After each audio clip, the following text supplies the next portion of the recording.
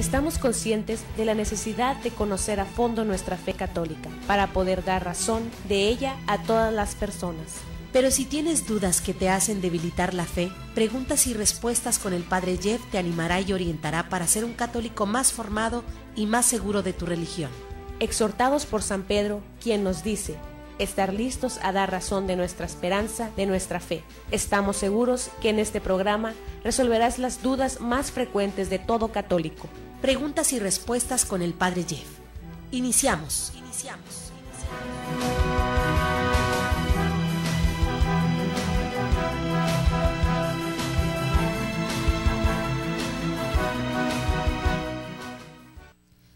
Les saludamos con una gran alegría y de verdad que les saludamos con mucha alegría ahorita en ausencia del Padre Jeff. Padre Jeff lo saludamos, él se encuentra en estos momentos en Ciudad Juárez, Chihuahua, y le mandamos un saludo y deseamos que pronto regresen con bien cada uno de los que fueron a esta misión. Y pues estamos aquí en este programa de preguntas y respuestas y bueno, pues vamos a tratar de contestar alguna pregunta que ha dejado por aquí el padre que le han hecho, pero también esta pregunta a mí me la han hecho en una ocasión. En una ocasión estaba unos familiares con mi hermano, con mis sobrinos, y los familiares no son cristianos. Bueno, no son cristianos, gracias a Dios, toda su familia ha sido católica, pero ellos, la nueva modalidad de los jóvenes es que son ateos, ¿sí? Y entonces esta persona dice, ¿y tú cómo me vas a comprobar que la iglesia cristiana, en este caso estábamos un cristiano, en este caso un familiar que es cristiano, no es católico, y yo, y los dos estábamos defendiendo a Cristo, por supuesto, por algo nos unimos, ahí sí nos unimos. Y esta persona decía, ¿y cómo me vas a demostrar tú que esta es la religión verdadera? Los musulmanes dicen lo mismo, ¿sí? Los hindúes dicen lo mismo, los taotaones dicen los mismos, los musulmanes, ya dije los musulmanes, budistas, todos dicen lo mismo. ¿Por qué tú aseguras que la iglesia cristiana, que Cristo es el verdadero Dios? ¿Cómo puedo yo creer? ¿Hay alguna manera para creer? Pues yo le di todos estos argumentos definitivamente, pero la verdad es que es una gracia creer. Es una gracia, definitivamente es una gracia. Nosotros no lo creemos así porque como hemos nacido con la fe, hemos crecido con esa fe y gracias a Dios se ha ido afianzando cada día más con el poco conocimiento que hemos tenido con la vida de Dios, se ha ido afianzando cada día más, así que como que no la valoramos. Pero hay personas que no tienen esa fe. Yo recuerdo en la película de San Juan Pablo II, cuando él ya no pudo ir a una reunión de jóvenes. Y él decía, es que tengo que ir a contestar una pregunta que me hizo un joven. ¿Cómo le hago para creer? Yo quiero creer, pero no puedo creer. ¿Cómo le hago para creer? Y recuerdo que también a mi madre superiora general, ella era catedrática en la Universidad de Ciudad Victoria, Tamaulipas, ella es historiadora. Dejó todo para seguir a Jesús y sus compañeros catedráticos, pues ellos siguieron con su vida. En una ocasión se encontró a uno de los maestros de la universidad, ya después de muchos años. Y entonces ella, como siempre, ¿verdad? Pues le dijo, maestro, pues lo invito a mi casa, tenemos una misa, mire, lo invito, ¿cómo podemos estar apoyándolo para que usted venga y conozca a Jesús y todo eso? Y empezó ella a tratar de acercarlo.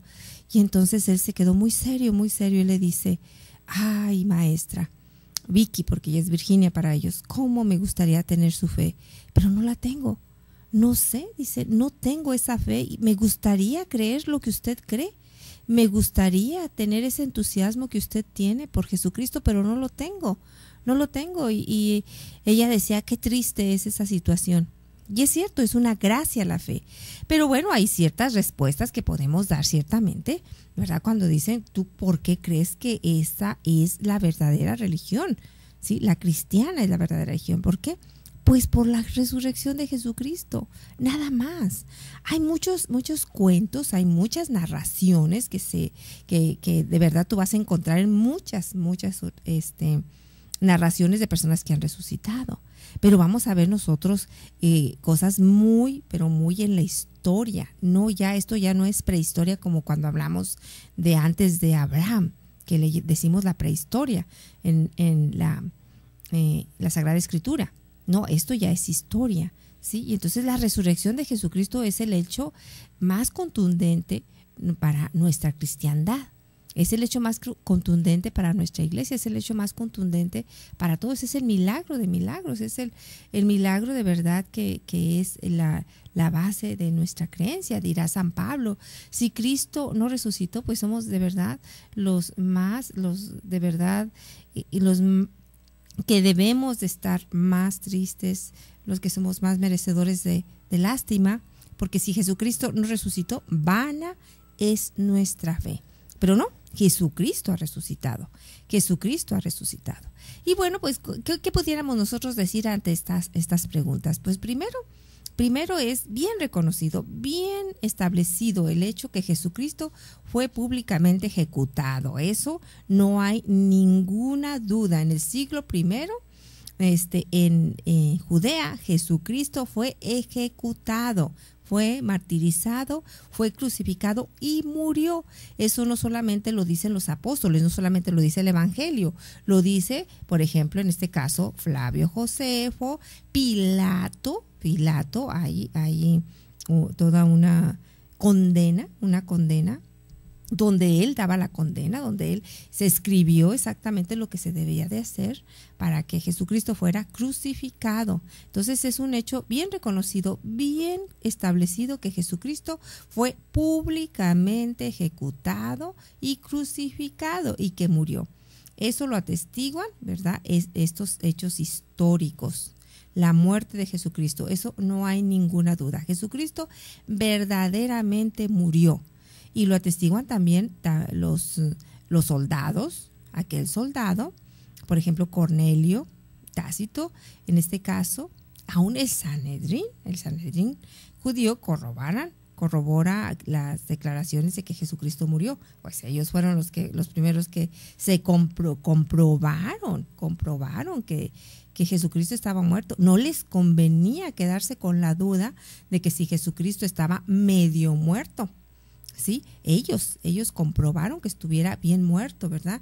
Y no solamente ellos estuvieron allí hasta que murió, sino que también les dijeron, y eso ya lo dice el Evangelio, fueron con Poncio Pilato y le dijeron, nosotros recordamos que los seguidores de Jesucristo, o más bien Jesucristo dijo que iba a resucitar, y entonces no sea que estos se roben el cuerpo y entonces venga a hacer esto peor que lo primero.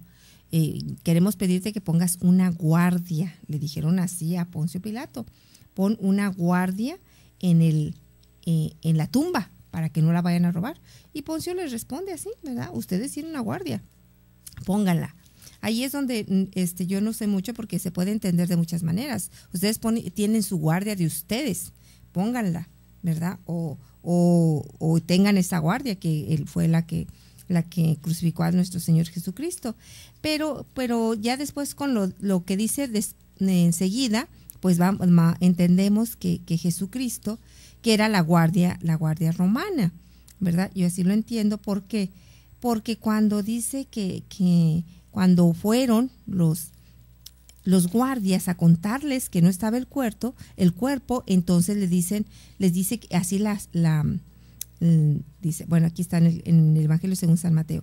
Al otro día, al siguiente a la preparación, los sumos sacerdotes y los fariseos se reunieron ante Pilato y le dijeron, Señor, recordamos que este impostor dijo que cuando aún vivía, a los 3 días resucitaré. Manda pues que quede asegurado el sepulcro hasta el 3er día, no sea que vengan sus discípulos, lo roben y digan luego al pueblo, resucitó de entre los muertos, y la última impostura sea peor que la primera. Pilato les dijo, tenéis una guardia, id a asegurarlo como sabéis. Ellos fueron y aseguraron el sepulcro, sellando la piedra y poniendo la guardia. Luego ya en el capítulo 28, estoy leyendo San Mateo, 28:11 dice, ya después de la resurrección, mientras ellos iban, algunos de la guardia fueron a la ciudad a contar a los sumos sacerdotes todo lo que había pasado.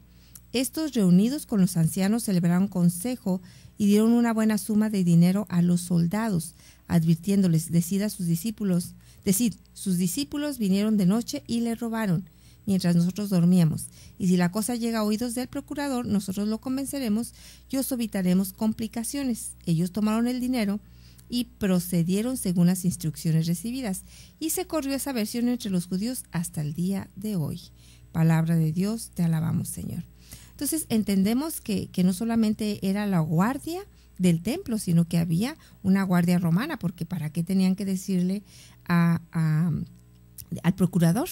Porque era la guardia romana, y ellos sabían perfectamente que si algo sucedía, ellos tenían que ser ajusticiados. Los guardias no podían fallar, no podían decir que se quedaban dormidos. Era en contra de su ser de soldados. ¿Por qué? Porque los iban a matar. Era un castigo tremendo. Pues es sabido, y como todo soldado, pues que hacen guardias, no se pueden quedar todos dormidos. Tienen que estar haciendo guardias porque precisamente a eso iban a hacer guardias. Entonces, la primera respuesta es eso. Él murió. Él murió, y eso es un hecho bien establecido históricamente, ¿verdad? Y sobre la resurrección, hay evidencias que hacen eso. Primeramente vamos a ver algunas cosas de estas evidencias. A lo mejor, ¿verdad? Ni siquiera estas evidencias puede convencer a alguien que no quiere creer. Pues por supuesto, eso es obvio, ¿verdad? Entonces vamos a ir viendo estas respuestas. Primeramente, pues el testimonio de los testigos oculares, ¿sí? Los testigos oculares que vieron durante 50 días al resucitado. No fue uno, no fueron dos, no fueron ni siquiera 3 a los que se les apareció Jesucristo resucitado. Fueron muchísimos testigos oculares que vieron a Jesús resucitado. Y eso lo atestigua no una persona, lo atestigua muchísimos más, ¿sí? Pero para eso vamos, después de que regresemos de ese corte, vamos a ver algunas de las apariciones que nos cuenta el Evangelio, y sobre todo más o menos a cuántas personas se le apareció Jesucristo. Vamos a ese corte.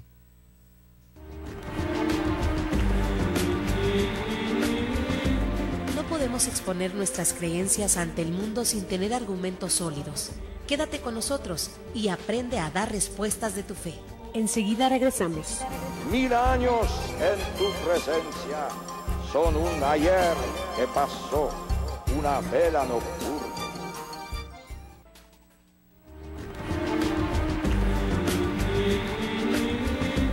Nuestras respuestas, más que vencer, han de convencer para fortalecer el corazón de todo católico. Regresamos. Desde siempre y por siempre, tú eres Dios. Tú reduces al hombre a polvo, diciendo: retornad, hijos de Adán. Estamos de regreso con ustedes en preguntas y respuestas, y vamos a ver sobre qué dice la palabra de a cuánto se les apareció el Señor Jesucristo. Estos son los testigos oculares. Primeramente, bueno, pues ya durante todo este tiempo hemos visto el Evangelio, que se les apareció a las mujeres, luego se les apareció a los apóstoles, a Tomás, bueno, a todos ellos. Pero ya en 1 Corintios nos habla, capítulo 15, nos habla, dice así: porque os transmití en primer lugar lo que a mi vez recibí, que Cristo murió por nuestros pecados según las Escrituras, que fue sepultado y que resucitó al tercer día según las Escrituras, que se apareció primero a Cefas y luego a los 12. Después se apareció a más de 500 hermanos, a la vez de los cuales todavía la mayor parte viven y otros murieron. Luego se apareció a Santiago, más tarde a todos los apóstoles, y en último lugar se me apareció a mí como a un abortivo. Palabra de Dios, te alabamos, Señor. Entonces, este es el testimonio de alguien que no lo vio, ciertamente, de alguien que va a ser precisamente la otra línea de evidencia, y que es el testimonio de personas que se convirtieron, como en este caso Pablo, un acérrimo asesino, un acérrimo que andaba detrás de los cristianos para matarlos. Un enemigo de los cristianos se convierte. Pero bueno, estamos viendo primeramente las apariciones, y aquí en el Evangelio según San Mateo, en la Biblia de Jerusalén, también nos habla de cuántas apariciones fueron.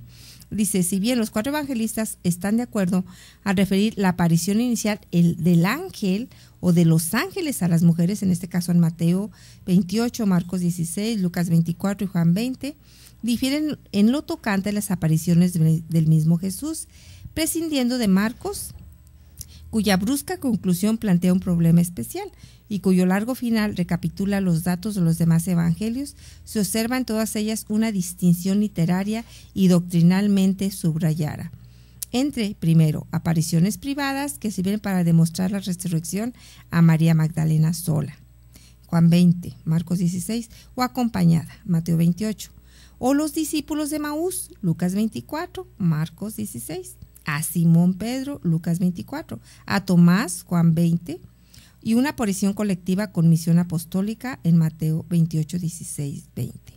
Y sigue dando muchas citas, no las voy a leer todas. Se advierte por otra parte 2 tradiciones que localizan en Galilea solamente a Marcos 16, Mateo 28, en Judea solamente Lucas. ¿Sí? Entonces, como vemos y corroboramos aquí lo que nos dice San Pablo, que se apareció luego a más de 500 hermanos, a la vez de los cuales todavía la mayor parte viven y otros murieron. Entonces, la primera línea de evidencia es los testigos oculares que vieron a Jesús, no solamente caminar, sino algunos de ellos hasta comer delante de ellos.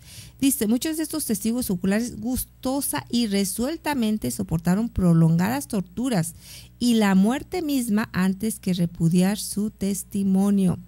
Este hecho certifica su sinceridad, descartando un fraude por parte de ellos, de acuerdo con el registro histórico, el libro de los Hechos, lo que acabamos de ir, y también las cartas de Plinio a Trajano, 96. Leemos, muchos cristianos podrían terminar su sufrimiento simplemente con renunciar a esta fe. En vez de eso, parece que la mayoría optó por soportar el sufrimiento y proclamar la resurrección de Cristo de la muerte. Aún así, aun cuando el martirio, ¿sí?, es algo admirable, no es necesariamente demostrativo, ¿sí? Esto no valía una creencia tanto como a quien la cree, ¿sí? Entonces vemos que muchos se dejaron matar, ¿sí?, tan solo por continuar diciendo Jesucristo ha resucitado.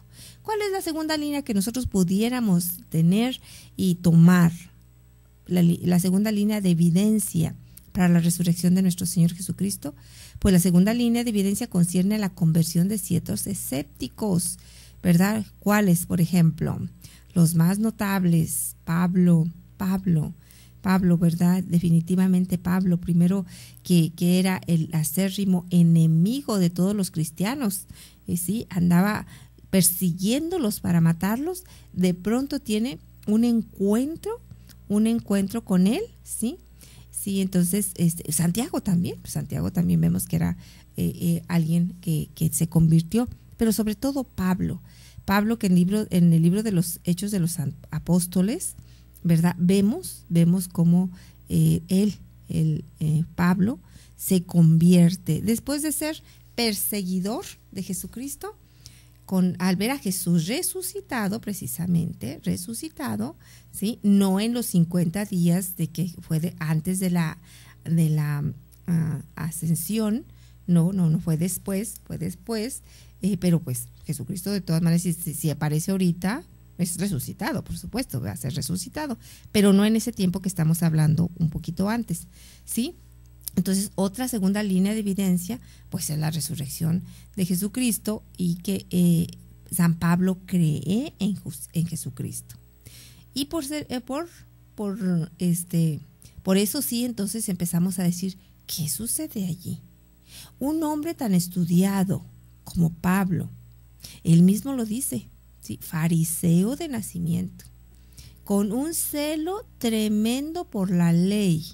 Dice que él, formado a los pies de Gamaliel, un maestro de verdad que tenía mucha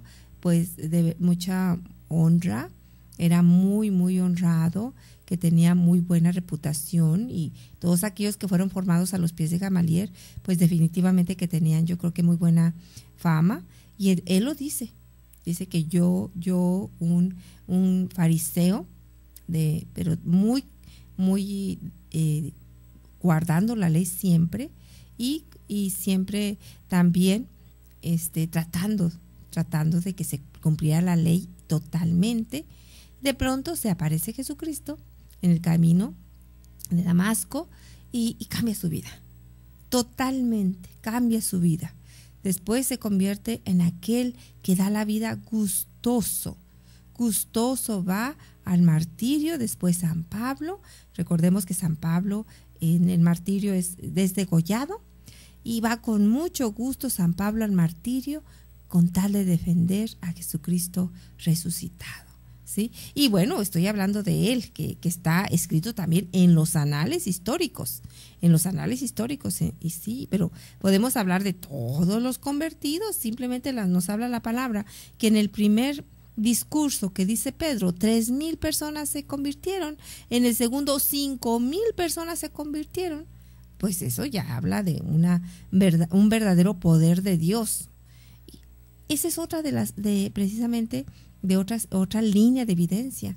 ¿Cómo es posible que 12 hombres sin ninguna preparación, porque no tenían ninguna preparación, ¿verdad? 12 pescadores, ¿sí?, hayan hecho que hasta ahorita la iglesia cristiana, hablando de cristianos, de todos los cristianos, no solamente de los católicos, de todos los que creen en Cristo, de verdad que creen, no hay una secta, secta y dos sectas que no son cristianas, que tienen muchísimos seguidores, ¿sí? Pero hablando de los cristianos que tienen a Jesucristo como su Rey y Señor, que creen en la resurrección de Jesucristo y que es Hijo de Dios, ¿verdad? Con todas sus diferencias con nosotros los católicos, ¿verdad? Pero hablando de todos ellos, pues imagínense, 12, en este caso 11 y después Matías, pero bueno, ya 12 discípulos con muy poca preparación o nada de preparación algunos de ellos pues simplemente pescadores. A partir de eso, la iglesia crece y crece y crece y crece a tal manera que en este caso Constantino, un emperador, se convierte, y es cuando dice que ya todo el imperio sea cristiano, y muchos reyes y mucha gente tan de verdad importante, estudiado o no estudiado, se convierte. Yo creo que esa es una evidencia muy fuerte de la resurrección de Jesucristo. Pero si aún nosotros no queremos creer con eso, de que la iglesia cristiana, Cristo ha resucitado y que es el verdadero Dios, entonces pues podemos seguir viendo algunas otras evidencias. Por ejemplo, una tercera evidencia, o no les ponemos nombre, simplemente otra evidencia de la resurrección de Jesucristo, ¿sí? Puede ser la tumba vacía, ¿sí? La tumba vacía, es decir, una tercera y cuarta línea de evidencias concierne al testimonio enemigo sobre la tumba vacía y el hecho de que la fe en la resurrección tuvo su raíz en Jerusalén. Jesús fue públicamente ejecutado y sepultado en Jerusalén. Hubiera sido imposible para la fe en su resurrección que tuviera su raíz en la misma Jerusalén, puesto que su cuerpo estaba aún en la tumba donde el Sanedrín podía exhumarlo, exhibiéndolo públicamente y por lo tanto exponiendo el engaño. En vez de ello, el Sanedrín acusó a los discípulos de robar el cuerpo aparentemente en un esfuerzo por explicar su desaparición y por lo tanto la tumba vacía. ¿Cómo explicamos el hecho de la tumba vacía? Estas son 3 de las explicaciones más comunes. Primero, los discípulos robaron el cuerpo. Si este fuera el caso, ellos habrían sabido que la resurrección era un fraude. Por lo tanto, ellos no hubieran estado tan gustosos de sufrir y morir por ello. Simplemente, ¿quién va a morir por un muerto? ¿Sí? Ve la primera línea de evidencia, ¿sí? Todos los que profesaron ser testigos oculares habrían estado conscientes de que ellos realmente no vieron a Cristo y por tanto habrían mentido. Por tanto, conspiradores, seguramente algunos de ellos hubieran confesado, si no para detener su propio sufrimiento, al menos para terminar el sufrimiento de sus amigos y familiares, que también se llevó a cabo. La primera generación de cristianos fueron totalmente masacrados, especialmente después de la flagelación de Roma es, digo, más bien no de la más de la flagelación del incendio de Roma, que fue en el 64 después de Cristo. Un incendio que ordenó Nerón, supuestamente para ganar espacio en la expansión de su palacio. Y hay una película que dice que Nerón fue para escribir una oda, ¿verdad? Para escribir, estaba bien loco, definitivamente, pobrecito, pero estaba bien loco, ¿verdad? Pero Nerón le echó la culpa a los cristianos, culpó, ¿verdad?, a los cristianos de haber incendiado Roma. Así que imagínense, pues la pena contra ellos, ¿verdad?, contra ellos. Entonces, pues vemos que muchísimas cosas. Vamos a seguir con esta misma idea después de esta pausa. Es muy importante tener raíces en la fe, tener una fe firme para que soporte los vendavales de los no creyentes. Después de la pausa regresamos.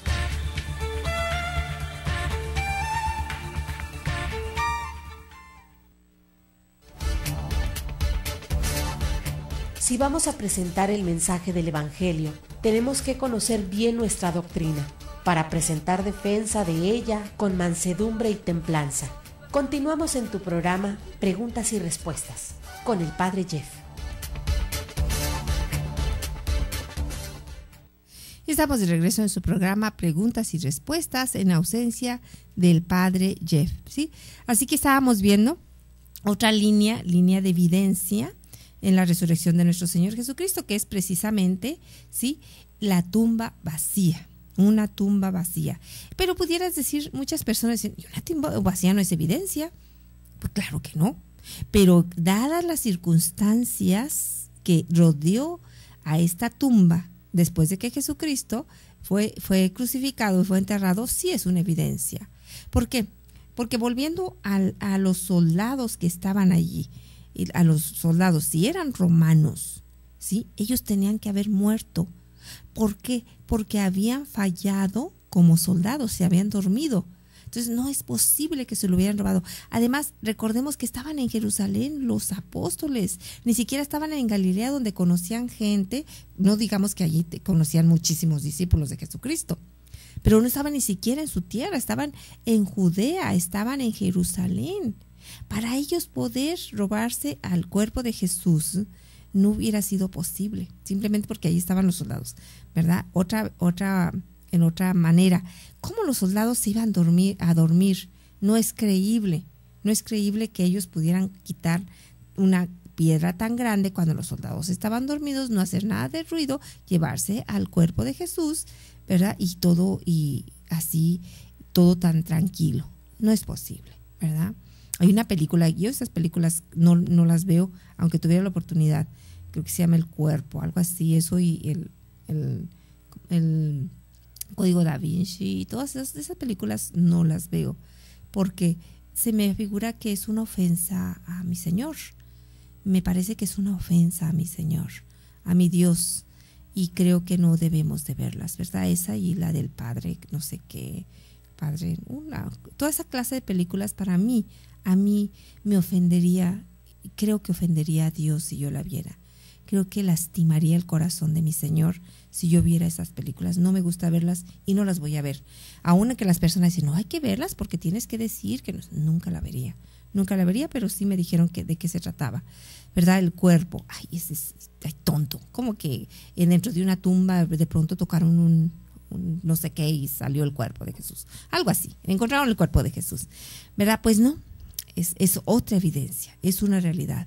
Hay una tumba vacía, ¿verdad? Y que ese día, el domingo, quedó vacía y nadie, absolutamente nadie pudo explicar por qué estaba vacía, ni siquiera los soldados, aún a costa de su propia vida.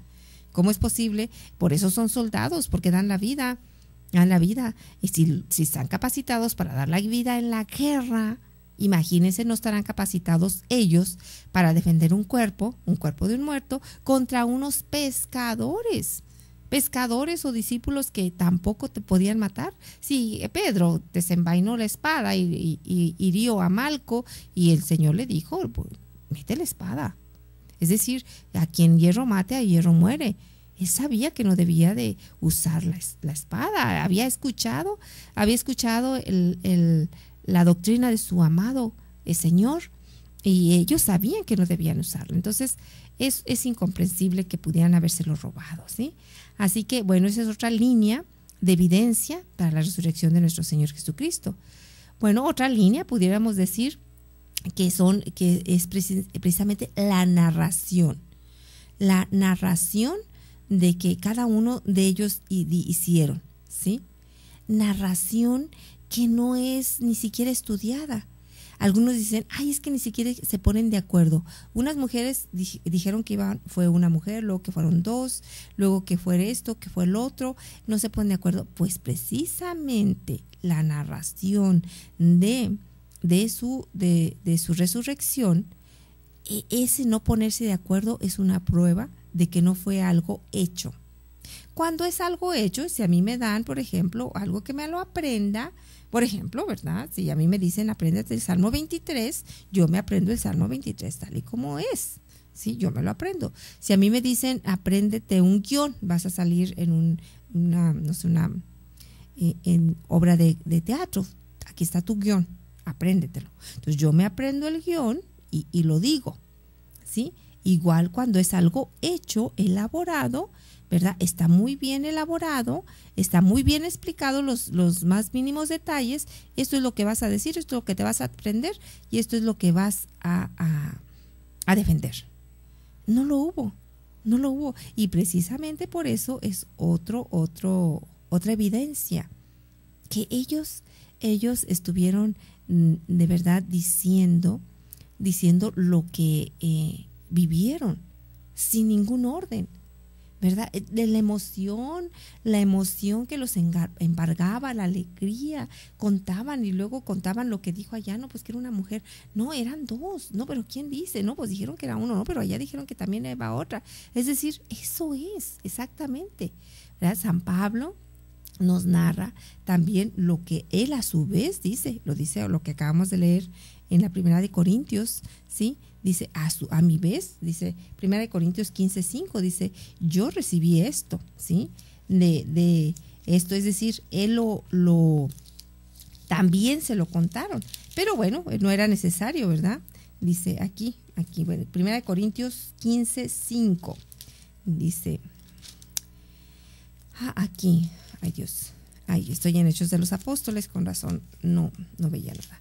Bueno, primero quiero continuar con esta evidencia. Entonces, la narración de la resurrección es otra evidencia, no es algo hecho, no es algo que dijera es así, ¿verdad? Así se lo tienen que aprender.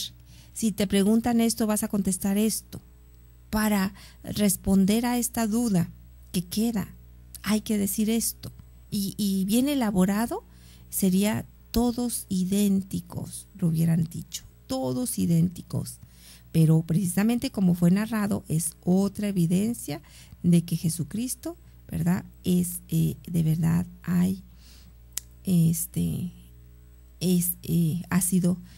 ha sido visto por muchísimos, ¿verdad?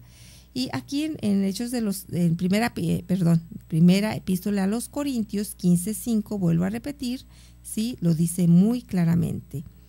Dice, porque les transmití en primer lugar lo que a mi vez recibí, dice San Pablo. Les transmití en primer lugar lo que a mi vez recibí. ¿Sí? Que Cristo murió por nuestros pecados, según las Escrituras, que fue sepultado y que resucitó al tercer día, según las Escrituras, que se apareció primero a Cefas, luego a los 12, se apareció más tarde a más de 500 hermanos. ¿Sí? Alguien que de verdad lo escribe de su propio testimonio, de su personal testimonio, pues es San Juan. En San Juan, ¿verdad? Porque él estuvo allí, fue uno de los dos que corrió cuando María Magdalena fue y les dijo, se han llevado a mi Señor y no sé dónde lo ha puesto. Y dice la palabra que corrieron. Salieron Pedro y el otro discípulo y se encaminaron al sepulcro. Corrían los dos juntos. Sí, San Juan y Pedro. Y San Pedro. Y llegó, dice, primero llegó el más joven, por supuesto, ¿sí? Dice que llegó, se inclinó, vio las vendas en el suelo, pero no entró. Ahí está el testimonio de él. Y más abajo, en el versículo 8 dice, entonces entró también el otro discípulo, el que había llegado el primero al sepulcro, vio y creyó. Pues hasta entonces no habían comprendido que según la Escritura Jesús debía de resucitar de entre los muertos. Los discípulos entonces volvieron a casa, pero allí testigua, ahora sí, San Juan, vio y creyó. Más adelante vemos que él lo vio, ¿verdad? Y en el mismo capítulo 20, en el versículo 19, dice que al atardecer de aquel primer día, estando cerradas las puertas, Jesús llega, ¿sí? Y luego una última aparición después en el lago de Tiberias, o en el lago de Galilea. Allí también es Juan quien lo reconoce. Así que vemos cada una de estas evidencias, pero yo quisiera tomar otra evidencia para nuestro tiempo, ¿verdad? Otra evidencia que para algunos dirán, pues para mí esa no es ninguna evidencia, para algunos sí es una evidencia. El sudario, la síndone o la sábana santa, ¿sí? Es decir, el sudario de Turín, también conocida como la síndone, la sábana santa o el santo sudario. Es una tela de lino que muestra la imagen de un hombre que presenta marcas y traumas físicos propios de una crucifixión. Se encuentra ubicado en la capilla real de la Catedral de San Juan Bautista en Turín, Italia. El sudario mide 4 metros, 4.66 de largo. Eso es las medidas. Los orígenes del sudario y su figura son objeto de debate entre científicos, teólogos, historiadores e investigadores, ¿sí? Y bueno, ahora vamos a ver un poquito lo que dice el certificado de autenticidad. Vamos a ver que en el 2012, en el salió este estudio, dice, en el primer Congreso Internacional sobre la Sábana Santa, celebrado en Valencia, hay espacio para la fe, pero sobre todo hay espacio para la ciencia. Eso es muy importante. Vamos a ir viendo un poquito cómo fue esta síndone o sábana santa, de dónde viene y cómo fue llegando hasta el lugar donde se encuentra. Pero luego, después de esta pausa. Fortalece tu fe conociendo tu credo católico. En él se encuentran todas las verdades cristianas. Hacemos un breve corte para seguir en preguntas y respuestas.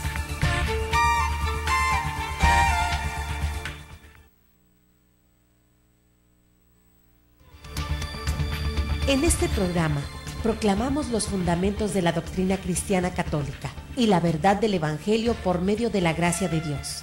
Regresamos.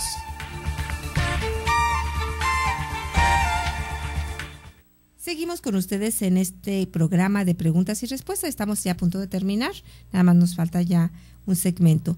Pero bueno, vamos a ver algo muy, muy leve de lo que es la síndone o sábana santa. Pues sabemos que en el año 33 José de Arimatea y Nicodemo envuelven el cuerpo de Jesús antes de enterrarlo en el sepulcro.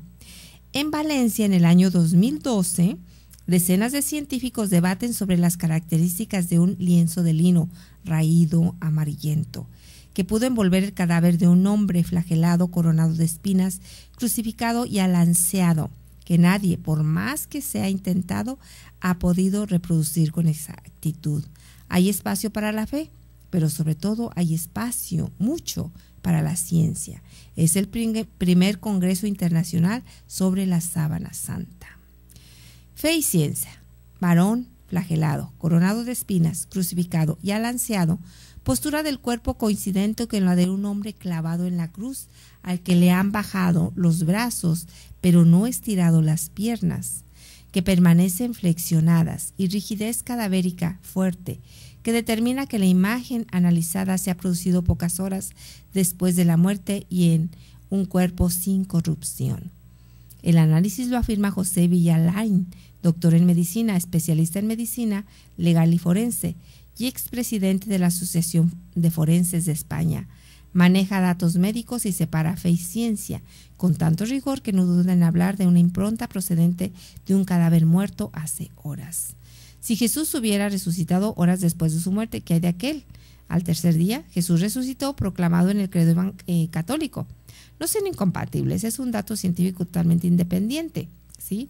Es decir, Jesucristo no pudo haberse corrompido. Sí, ni con colorantes, es el siguiente punto. Entre los ponentes hay católicos, judíos y ateos, entre los asistentes y hasta monjes budistas. ¿Qué tiene esta tela de casi 4,5 metros de largo y poco más de 1 de ancho que provoca filias y fobias? Que hace a 8 científicos del laboratorio estadounidense de Los Álamos, donde se creó la bomba atómica, dedicar 150,000 horas de estudio dentro del grupo de análisis STURP a un pedazo de lino amarillento, sucio y quemado.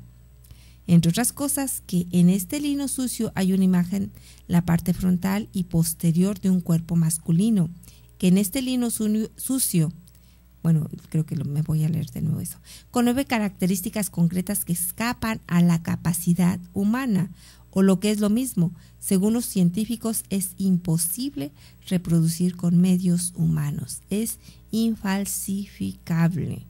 Una imagen como la que dejó el hombre de la sábana. En primer lugar, la imagen posee las características de negatividad, es en el negativo fotográfico donde se entiende, y tridimensionalidad. Mantiene relación matemática entre la distancia de la tela al cuerpo y la intensidad de la huella en cada punto.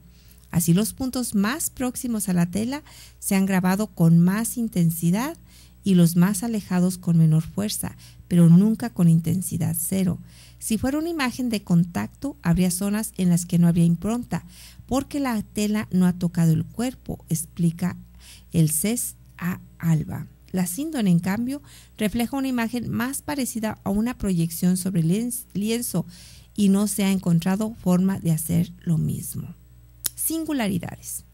Más singularidades. Lejos de ser una mancha burda, como las de los restos de sangre o la que dejaría una mancha de aceite en un mantel, la impronta de la sábana es de detalle fino, permitiendo apreciar rasgos muy concretos. Además, la huella resiste al agua, estabilidad hidrológica, por lo que no se vio afectada ni se borró tras ser empapada durante el incendio del siglo XVI.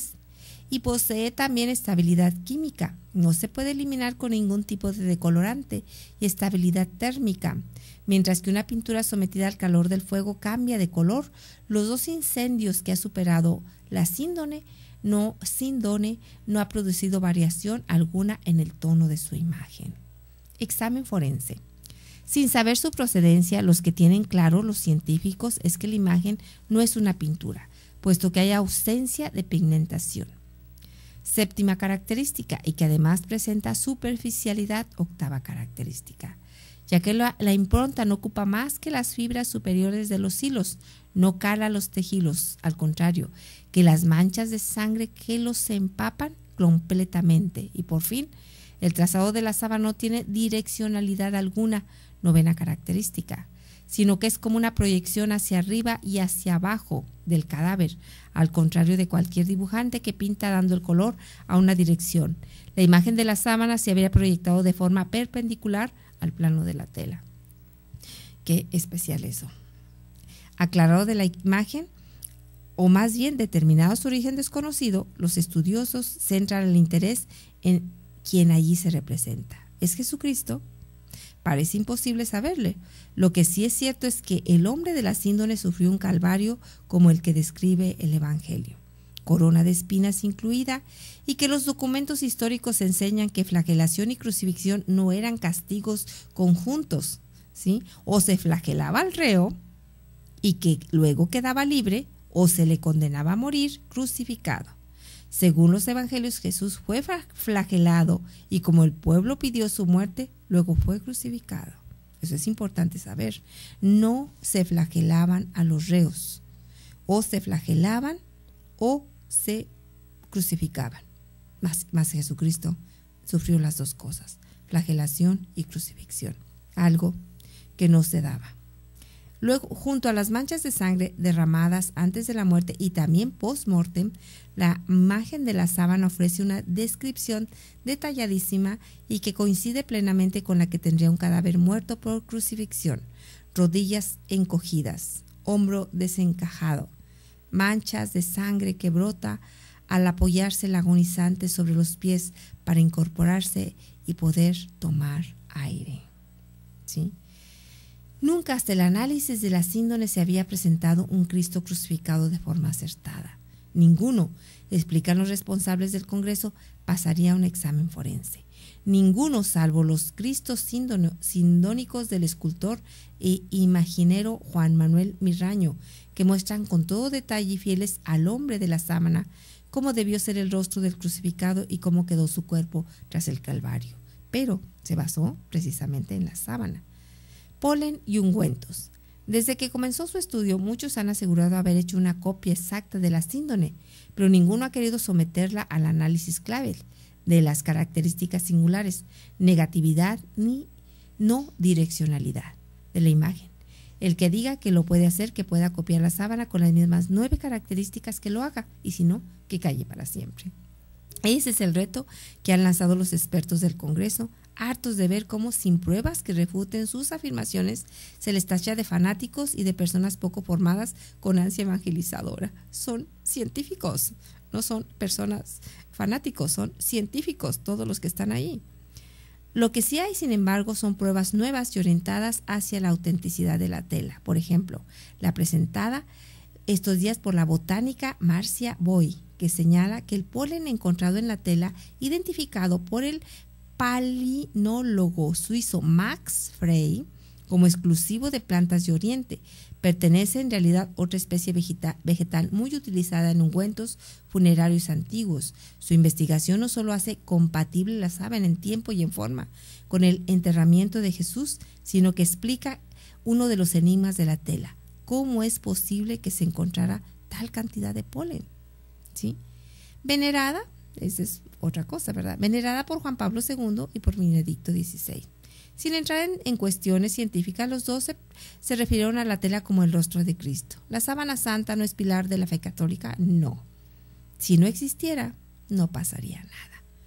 Al menos para mí, y yo creo que para todos los cristianos católicos, digan, si no existe la sábana, si un día dicen la sábana es hecha, no, a mí no me mueve absolutamente nada mi fe. No está puesta en la autenticidad de esa tela, y nadie puede decir eso. Más sin embargo, está allí. ¿Para qué? Pues como un regalo para los que creen y para un enigma para los que no creen, ¿sí? Fue venerada por Juan Pablo II, sí, por San Juan Pablo II y por Benedicto XVI, ¿sí? Dice, en resumen, uno de los mayores investigadores de la síndrome, judío de religión, estoy convencido de que el hombre de la sábana es Jesús de Nazaret. Si Jesús es el Mesías, pienso que no. Pero denme tiempo, dice, es un judío, denme tiempo para ver si es el Mesías o no. Preguntas con respuesta. A continuación, los argumentos más empleados de quienes quieren desposeer la síndrome de su condición. La famosa prueba del carbono 14, que dijo que esta sábana o esta tela había sido hecha en el 1380. Pero lo que sucedió fue que luego, más adelante, se vio que por precisamente, dice, ya en el año, aquí está, dice ya, Pierluigi Baima, especialista en medicina forense, publica en español su obra a favor de la sábana santa. El Códice Pray refuta la fecha del carbono 14. Pues nos vamos a tener que quedar con cómo descubrieron que el carbono 14 se había equivocado, porque hemos llegado al final de nuestro programa y todavía sigue muchísimo más. Pero bueno, les invito para que sigamos sobre todo esto, viéndolo. Vamos a seguir viéndolo en formación, no, en Divino Maestro. Vamos a estarlo viendo en Divino Maestro. Entonces, el próximo sábado continuamos con esto. Si gustan ustedes seguir viéndonos, con mucho gusto los vamos a esperar para continuar viendo algo más sobre la sábana santa.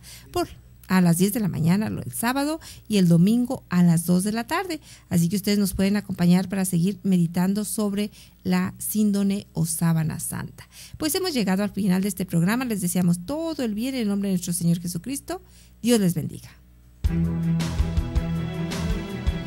Es indispensable un profundo conocimiento de la fe católica para quienes desean trabajar en la edificación del reino de Dios.